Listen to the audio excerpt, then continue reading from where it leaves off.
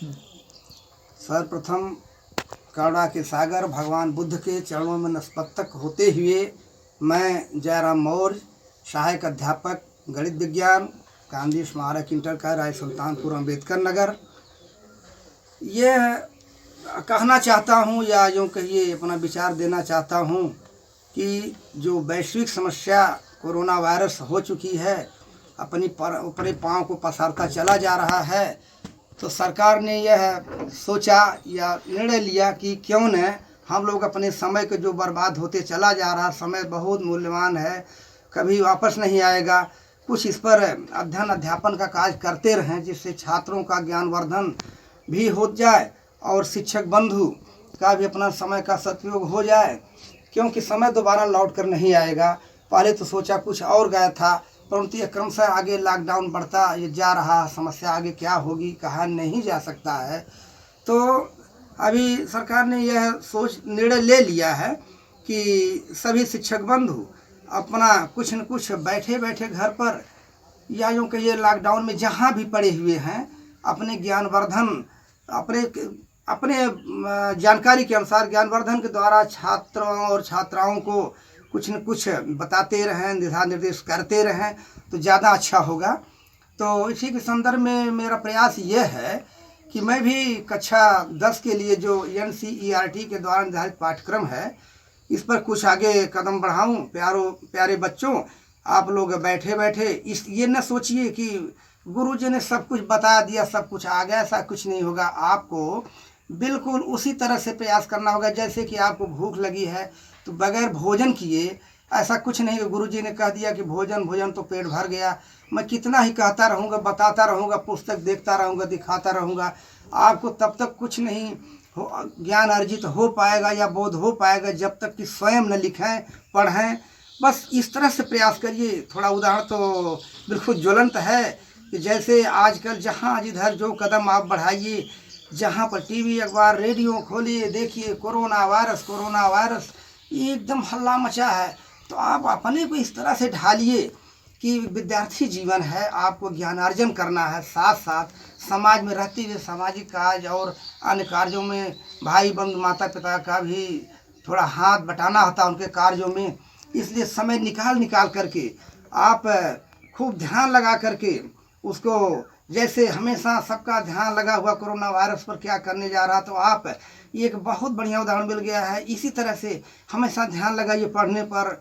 आपके शिक्षक बंधु गुरुजन बंधु जो कुछ दिशा निर्देश देते हैं जो निर्धारित है, अब वैसे तो हम लोग अनौपचारिक रूप से बहुत कुछ बताते रहते हैं, परंतु जो औपचारिक है अर्थात जो जिस पर आपको पढ़ना है, परीक्षा देना है, वो औपचारिक रूप से मैं बताना चाहता हूँ। कक्षा 10 के लिए जो गणित का पाठ्यक्रम निर्धारित किया गया NCERT के द्वारा, वो इस प्रकार है कि आप यूँ जानें कुल 7 इकाई में बांटा गया है।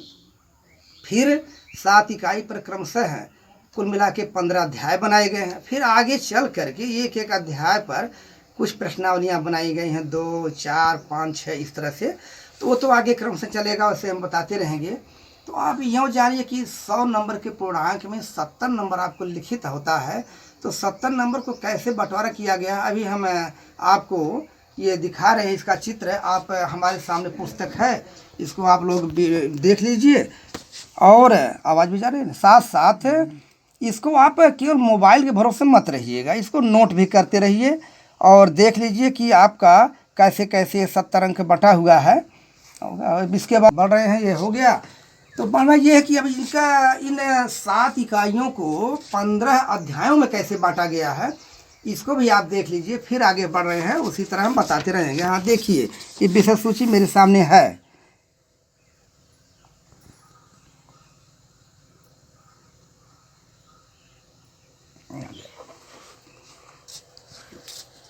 तो आप देख सकते हैं कि क्रमशः जो 15 अभ्यास हैं, सर्वप्रथम तो आपको वास्तविक संख्याएं मैं डिटेल आगे बताऊंगा, पहला आपका अध्याय होगा। फिर इसके बाद नंबर 2 पर बहुपद है, और फिर नंबर 3 पर 2 चर वाले रैखिक समीकरण का युग्म, फिर 4 पर द्विघात समीकरण, 5 समांतर श्रेणियाँ, 6 निर्देशांक ज्यामिति है, 7 पर त्रिभुज, 8 पर वृत्त, 9 पर रचनाएं, 10 पर त्रिकोणीय अनुपात एवं सर्व समीकरणाएं, 11 पर ऊंचाई दूरी जो कि त्रिकोणमिति से ही संबंधित है, अर्थात 10वें अध्याय से ही जुड़ा हुआ है 11वां। 12वां है वृत्तों से संबंधित क्षेत्रफल। 13 पर है पृष्ठीय क्षेत्रफल और आयतन। 14 पर सांख्यिकी। 15 पर प्रायिकता।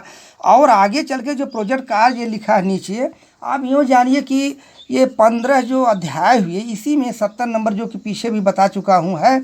और प्रोजेक्ट कार्य जो है ये विद्यालय पर आपको करवाए जाएंगे, सिखाए जाएंगे, बताए जाएंगे, देखा जाएगा। ये मूल्यांकन हम लोग यानी आपके विद्यालय स्तर पर होगा। तो ठीक इस प्रकार 70 धन 30 100 नंबर का आपका पूर्णांक पूरा होता है। तो अब आगे जैसे जैसे एक ही दिन आप ऐसा ना घबरा, मैं आपको गृह कार्य यानी होमवर्क भी देता रहूँगा और बताता रहूँगा।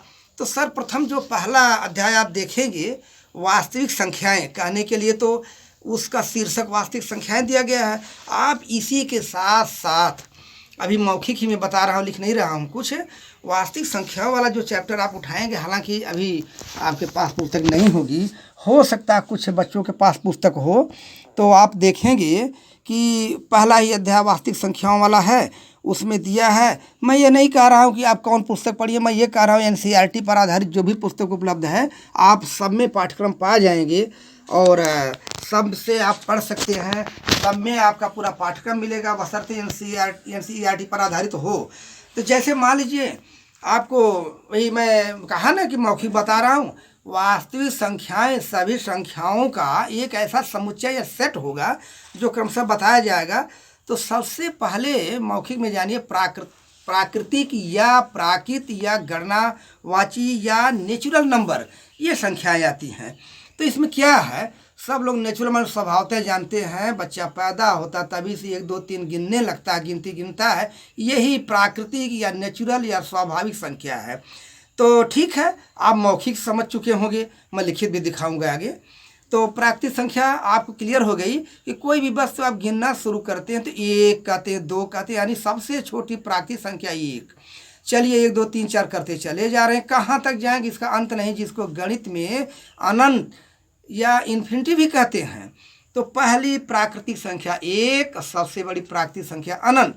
और प्राकृतिक संख्याओं का डिटेल या विस्तार आपको आगे चल के बहुत विस्तार से बताया जाएगा और कुछ जानकारी आपको पहले से भी है, भी मौलिक ज्ञान है। फिर आगे आप बढ़ते हैं, अर्थात आता है ये सब वास्तविक संख्याओं के अंदर ही चल रहा सेट है, चलो ठीक है। फिर आता है पूर्ण संख्याएं, जिसको अंग्रेजी में होल नंबर कहा गया है और उसका प्रतीक या चिन्ह W से दिखाया गया, कैपिटल W। उसमें कुछ नहीं, जो प्राकृतिक संख्याएं आप पढ़े या प्राकृतिक संख्याएं आप कहे, उसमें केवल आपको शून्य बढ़ा देना है। अर्थात जो प्राकृतिक संख्या 1 से शुरू हो रही थी, तो ये जो अभी पूर्ण संख्या बोलेंगे आप शून्य से शुरू करेंगे, 0 1 2 3 और ये भी चला जाएगा अनंत तक, इन्फिनिटी तक। अर्थात पूर्ण संख्या बोला जाएगा पहली पूर्ण संख्या या सबसे छोटी पूर्ण संख्या आप कहेंगे 0, और अंतिम या सबसे बड़ी पूर्ण संख्या तो आप कहेंगे अनंत। तो देखिए कितना आसान है कि प्राकृतिक संख्या आप जानते थे पैदा हुए तभी से, प्रकृति से, स्वभाव से, आदत से, माता पिता, भाई बहन, बंधु, चलिए ठीक है। और ये प्राकृतिक संख्या में फिर पीछे पलट गया, इतना इम्पॉर्टेंट है कि बताऊं कि लोग कहते हैं ना पढ़ लिख के नौकरी करना, ये कोई बात नहीं, हर जगह इसकी ज़रूरत पड़ती है, हर जगह गणना करना होती है। यहाँ तक कि सबसे निकृष्ट काम है भिक्षा मांगना। भिखारी भी शुरू करता है तो 1 घर 2 घर ये कहीं से शुरू करता है। चलिए खैर जाने दीजिए, अब आगे बढ़िए। फिर आता है तीसरे नंबर पर पूर्णांक संख्याएँ। पूर्णांक को अंग्रेजी में इंटीजर नंबर कहा जा गया। तो इसमें क्या करना है, देखिए क्रमशः बता रहा हूँ। जो प्राकृतिक संख्या बताया 1 से शुरू किया था, फिर बताया पूर्ण संख्या है तो उसी में कहा था केवल 0 बढ़ा दीजिए। फिर मैं आगे बढ़ रहा हूँ, तो अब ये बताऊँगा जो प्राकृतिक संख्याएं थी उनको प्लस में यानी धन में कर दीजिए, धन 1 धन 2 करके। और इसी प्रकार उनको इसका विलोम चलिए, ऋण 1 ऋण 2 चलिए। तो जैसे धन 1 धन 2 करते करते अनंत तक गए, तो वैसे ऋण 1 ऋण 2 करते करते अनंत तक जाएंगे। फिर बीच में 0 है, 0 न धनात्मक है न ऋणात्मक है। अर्थात आप कह सकते हैं जो पूर्णांक संख्याएं होती हैं, आप बड़ा अजीब है ये कि इसकी सबसे छोटी पूर्णांक संख्या और सबसे बड़ी पूर्णांक संख्या दोनों ही अनंत हैं। जैसा कि पीछे बताया गया कि सबसे छोटी प्राकृतिक संख्या 1 है और सबसे बड़ी प्राकृतिक संख्या अनंत है। सबसे छोटी पूर्ण संख्या 0 हमने बताया और सबसे बड़ी पूर्ण संख्या अनंत बताया। इसी तरह अब हम तीसरे नंबर पर ये बोलने जा रहे हैं कि सबसे छोटी पूर्णांक संख्या अनंत और सबसे बड़ी पूर्णांक संख्या भी अनंत है। और अपने हिसाब से आप पूर्णांक संख्या को जानकारी के लिए 3 भागों में बांट सकते हैं: धनात्मक पूर्णांक संख्याएं, ऋणात्मक पूर्ण संख्याएं और शून्य जो कि न धन होता है न ऋण होता है। ठीक है, उसका भी अभी हम चित्र आपके सामने भेजेंगे। चलिए अब आगे आ रहा है परिमेय संख्या। अब क्रमशः चल रहे हैं, चौथे नंबर पर आ गए हैं। परिमेय और अपरिमेय यानी चौथा और पांचवा, ये थोड़ा सा पिछली कक्षाओं में आप पढ़ते चढ़े आ रहे हैं, तो बहुत घबराने जरूरत नहीं है। देखिए बच्चों, आप जैसे ही हम अंकों से अक्षरों का सहारा लेके आगे बढ़ते हैं तो आप कहते हैं इस पुस्तक में PQ लिखा है, इस पुस्तक में AB लिखा है, इसमें ना घबराइए। बस मैं बिल्कुल सरल वे में बताऊंगा, जैसा कि आप बात करते हुए रास्ते में घूमते हैं एक दूसरे से। तो मैं अभी देखिए उसी तरह से कुछ आप तोड़ मरोड़ करके अपना विचार सामने रख रहा हूँ, आप तुरंत बैठा लेंगे कि परिमेय संख्या क्या है। देखिए बस इतने जानिए कि परिमेय और अपरिमेय साथ साथ आप बैठा लेंगे कि वे 2 पूर्णांक संख्याएं जिनको हम भिन्न में लिख सकें। जैसे देख लीजिए 1/2, तो आप कहेंगे अरे बहुत अच्छा है, 1/2, 1 भी पूर्णांक 2 भी पूर्णांक, 1 अंश है 2 हर है। ठीक, तो 1/2 पूर्णांक है, इसके लिए शर्त है, इसे आप ध्यान देंगे। क्या है कि जो हर होता है वो शून्य के बराबर नहीं होना चाहिए। पुस्तकों में लिखा शून्येतर संख्या, इसका अर्थ है शून्य के अलावा। तो चलिए अब जो किताब में लिखा है कि परिमेय संख्याएं वे हैं जिनको P/Q में लिखें, Q शून्य नहीं है तो लड़के घबराते हैं Q क्या है। कहीं लिखा है कि पूर्णांक संख्या परिमेय संख्याएं वे हैं जिनको A/B के रूप में लिखें और B पूर्णांक B शून्य नहीं है। ठीक है, और इसी के साथ लगा है कि जो हर और अंश है यानी 1/2 हमने बताया, छोटा सा उदाहरण ले लिया है। आप PQ या ये भी कह सकते हैं, इनमें कुछ कॉमन नहीं होना चाहिए, अर्थात कोई वो क्या कहते हैं महत्तम समापवर्तक नहीं होना चाहिए। ये भी आप ध्यान देंगे। तो फिर इनको आप परिमेय संख्या कह लेंगे, अर्थात आप कह सकते हैं 1/2, 3/4 आपके पुस्तक में मिलेगा, 2/5 मिलेगा, 2.65 मिलेगा। इस तरह से बहुत सी संख्याएं मिलती चली जाएंगी, वो तो डिटेल बताया जाएगा जब वो एक एक करके चलेंगे तब। अब आप तुरंत कह सकते हैं तो अपरिमेय संख्या, देखिए ये गणित विज्ञान का विषय है, आप दोनों पक्ष देखते रहते हैं, पॉजिटिव नेगेटिव, तो तुरंत अपरिमेय को लोग तुरंत ये कह देते हैं या पुस्तकों में लिखा मिलता है कि चलिए जो परिमेय नहीं है वही अपरिमेय है। तो आप फिर इस पर फंसे, ऐसा कुछ नहीं, फंसने की कोई ज़रूरत नहीं है। इसको अन्य नियमों से भी अभी हम बताएंगे तो और अच्छा आपको दोनों साथ साथ चलेगा। जैसे हम भी इतना कह के अभी आपको समझा देते हैं जिनको P/Q यानी कि पूर्णांक भिन्न बनावें पूर्णांकों का और हर शून्य न हो। इस तरह से जैसा कि पुस्तक में चित्र भी आप देखेंगे, अभी सामने जा रहा है आपके, P/Q दोनों पूर्णांक हैं वे, और उदाहरण में दे दिया है कि अपरिमेय संख्याओं को I से दिखाया जाएगा, करणी में 2, करणी में 3, ऋण करणी में 5 पाई इत्यादि। इस तरह संख्याओं कह करके लोगों ने टाला है। परंतु ये भी जान लीजिए, अब निचली कक्षाओं में आप भले न पढ़े हो, हमें भी हो सकता है न जानकारी तब रही हो प्राथमिक स्तर पर। देखिए कितना बढ़िया बढ़िया शांत अशांत दशमलव आ गया। जैसे आप 1/2 भिन्न में जानते हैं, अच्छी बात है, 1/2 को दशमलव बनाएंगे 0.5, तो 0.5 अभी देखिए शांत हो गया, अर्थात आगे नहीं बढ़ पा रहा है। यानी 1 में 2 का भाग दिए आप तो दशमलव लगाए, शून्य बढ़ाए 10 हुआ, 2×5 = 10, तो आगे नहीं पढ़ पा रहे, अर्थात ये शांत हो गया। यह है बात खत्म। तो शांत जो होता है वो परिमेय संख्या है। अब आगे बढ़े तो आपके दिमाग में आ रहा अशांत क्या होगा, तो चलिए मैं उसको बता देता हूँ। जैसे अभी करणी में 3 है, करणी में 3 का आप जब मान निकालते हैं तो जो आप पाएंगे वह ऐसा नहीं है कि सटीक है शांत हो जाएगा, वह आगे क्रमशः चलता चलेगा। तो अशांत में भी 2 कैटेगरियां बताई है। देखिए आप निकाल के देखेंगे अभी कि जैसे आपको मैं बताऊं कि 20/3 में जब भाग देने लगेंगे तो दशमलव, अब 3 × 6 = 18, इसके बाद 2 बचा शेष, दशमलव लगाएंगे, शून्य बढ़ाएंगे, 20 हुआ, तो 3 × 6 = 18, बार बार 6 आता ही रहेगा, यानी एक ही संख्या दोहरा रही है। यानी कि आप कहेंगे ये आवर्ती है 0.6 जो बाद में आया है। तो इस टाइप का जब आवे तो आप इसको परमेय कह लेंगे।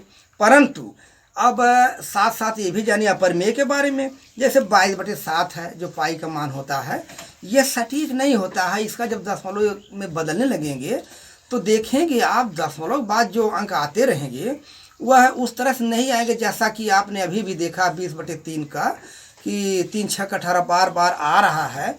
तो अब जो आएगा ना वह 3.14 करते हुए बढ़ेंगे तो बार बार कोई संख्या रिपीट नहीं करने वाली है। तो इसको आप कहेंगे कि यह अशांत तो है, परंतु यह क्या है, यह बिल्कुल शांत नहीं हो रहा है और न रिपीट कर रहा है। इसको आवर्ती नहीं कहेंगे, यह अनावर्ती अशांत है और यही है अपरिमेय संख्या। तो छात्रों, आप यहाँ तक पहुँचते पहुँचते थोड़ा सा हमारी समझ में आ रहा है कि परमेय अपरमेय में फिर दोहरा लीजिएगा। शांत अशांत के आधार पर आप बांटेंगे तो बहुत बढ़िया से निकाल लेंगे। दोनों में संख्याओं में ध्यान देना होगा कि हम भिन्न बनावें या भिन्न बनी बनाई मिल जाए। दोनों अर्थात अंश हर पूर्णांक में हो, हर शून्य न हो, हर अंश में कुछ कॉमन न मिल जाए। और इसके बाद आप ये देखेंगे कि गणना तो आप कर लेगा एक परमेय अपरमेय, फिर तुरंत अभी अब आपको थोड़ा दिमाग में वो कन्फ्यूजन हो रहा है तो शांत अशांत पर चले जाइए। दशमलव बना कर देख लीजिए। अभी मैं 1/2 को बताया तो दशमलव में अगर साफ साफ है दशमलव के बाद वाला अंक वही आया तो आप कहेंगे शांत दशमलव अर्थात परिमेय है। और आगे जब जैसे 22/7 को यानी पाई के मान को हल करेंगे तो यह अशांत है अर्थात ये कट ही नहीं रहा है, शेष आता ही जा रहा है। ऐसा आप लोग देखे हैं और देखेंगे भी बहुत सी संख्याएं। तो अशांत को 2 कैटेगरियों में बांटा गया है, एक है आवर्ती, एक है अनावर्ती। आवर्ती में ये होता है कि अभी मैंने पीछे उदाहरण दे दिया तो रिपीट कर रहा हूँ कि 20 में 3 से भाग देंगे तो 3 छक्का 18, 2 शेष आया, दशमलव लगाए 0, 3 6 बार दशमलव बाद 6 6 6 आता चला जा रहा है। तो आप 0.6 जो दशमलव बाद पा रहे हैं ये बार बार आवर्ती मतलब वह चल रहा है तो आवर्त इसका हो रहा है तो इसको परमेय में ले जाएंगे। अर्थात आप यूँ कह सकते हैं कि अशांत दशमलव की जो कैटेगरियाँ या 2 भाग जो हुए, जो आवर्ती है अशांत वो परमेय है और जो अनावर्ती है वह अपरमेय है। चलिए 2 बार हो गया। और प्यारे छात्रों, जहाँ भी कोई दिक्कत होगी, हो सकता है बताने में पूर्ण नहीं कभी अपने को मानता, कमी हो रही हो या आपको समझने में कमी होगी, आप ट्वीट करके फिर आगे बात कर सकते हैं। तो मैं क्रमशः प्राकृतिक संख्या या प्राकृतिक संख्या, पूर्ण संख्या, पूर्णांक संख्या, परमेय अपरमेय करते हुए आगे बढ़ता चला आया और अब अंत में पहुँच रहा हूँ जो कि इस पाठ का शीर्षक था वास्तविक संख्याएं। अंग्रेजी में तो रियल नंबर कहते हैं और कैपिटल R से इसको प्रदर्शित भी कर देते हैं। उसको यूँ ही आप जानिए जितना अब तक बताया गया सबका समुच्चय या सबका सेट ही वास्तविक संख्या है और कुछ आपको अलग से नहीं पढ़ना। उसे पुस्तक में आप देखेंगे ना तो मिल जाएगा। इन सभी संख्याओं का सेट या हिंदी में समुच्चय ही प्राकृतिक नहीं गलत बोल रहे हैं सॉरी ये वास्तविक संख्याएं कहलाती हैं। तो ठीक है, अभी जो कुछ मैं बताया आपको यह अभी पहला ही लेक्चर रहा, लिखा कुछ नहीं। आप इसका मैं सामने चित्र आगे मैं लिख लिख के सब समझाता रहूँगा। आप इसका जो व्हाट्सएप पर चित्र भेज रहा हूँ देख लीजिए। पूरा इतना आना चाहिए।